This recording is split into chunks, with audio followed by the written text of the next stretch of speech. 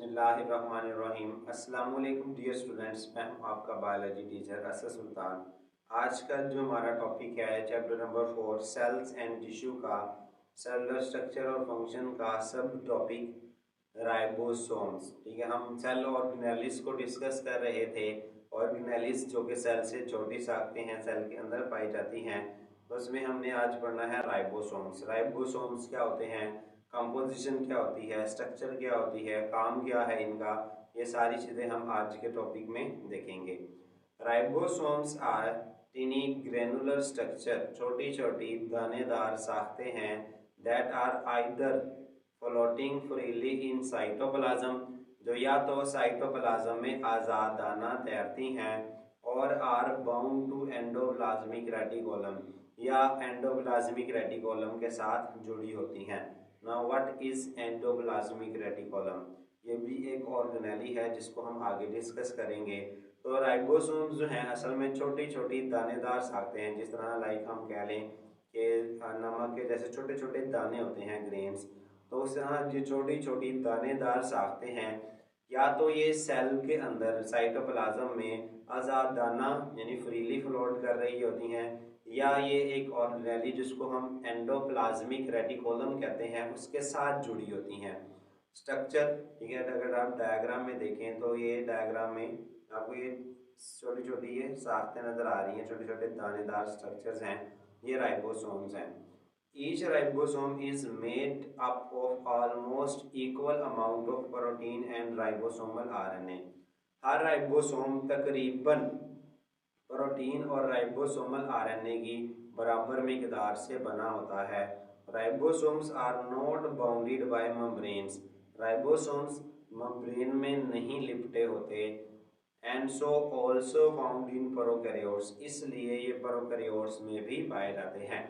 तो ये non membranes organelles हैं, ठीक है, यानी ये मेम्ब्रेन में लिपटे हुए नहीं होते। हमने देखा था कि प्रोकैरियोट्स और यूकैरियोट्स में डिफरेंस, यूकैरियोट्स में जो मेम्ब्रेन बाउंडेड ऑर्गेनेलिज हैं वो पाए जाते हैं, प्रोकैरियोट्स में नहीं पाए जाते। तो इसलिए जो राइबोसोम्स हैं ये नॉन मेम्ब्रेनस ऑर्गेनेलिज हैं, इसलिए ये प्रोकैरियोट्स के अंदर भी पाए जाते हैं, यूकैरियोट्स में भी। यूकैरियोट्स के राइबोसोम्स बड़े होते हैं, प्रोकैरियोटिक सेल्स के जो राइबोसोम हैं वो स्मॉल होते हैं। हम डिफरेंस में देखेंगे आगे जाके। Eukaryotic ribosomes are slightly larger, बड़े होते हैं, 80 सैवर्डबर्ग के होते हैं। एक यूनिट है जो इनको मापने के लिए इस्तेमाल किया जाता है, सैवर्डबर्ग। तो ये 80 सैवर्डबर्ग के होते हैं। दैन प्रोकैरियोटिक वंस, वो प्रोकैरियोटिक की निस्बत बड़े होते हैं जो कि 70 सैवर्डबर्ग के होते हैं। इनका काम क्या है राइबोसोम्स का, इम्पोर्टेंट है एमसीक्यूज के हवाले से भी। Ribosomes are the sites of protein synthesis, ये एमसीक्यूज में भी आता है। राइबोसोम्स असल में प्रोटीन की तैयारी के मकामात हैं, यानी प्रोटीन बनती है। Protein synthesis is extremely important to the cell, protein की जो तैयारी है वो सेल के लिए बहुत ज़्यादा अहम होती है। So large number of ribosomes are found throughout the cell, इसलिए सेल के अंदर बहुत ज़्यादा मकदार में राइबोसोम्स मौजूद होते हैं। When a ribosome is not working, जब एक राइबोसोम काम नहीं कर रहा होता, it disassemble into two smaller units, तो ये अपने दो छोटे यूनिट्स में डिसेंबल अलहदा हो जाता है। राइबोसोम के असल में दो यूनिट होते हैं, अगर हम आगे डायग्राम में देखें तो उसके असल में दो यूनिट्स में ये लार्जर सब यूनिट और स्मॉलर सब यूनिट, इस तरह। तो ये बड़ा सब यूनिट है और ये नीचे स्मॉलर सब यूनिट है।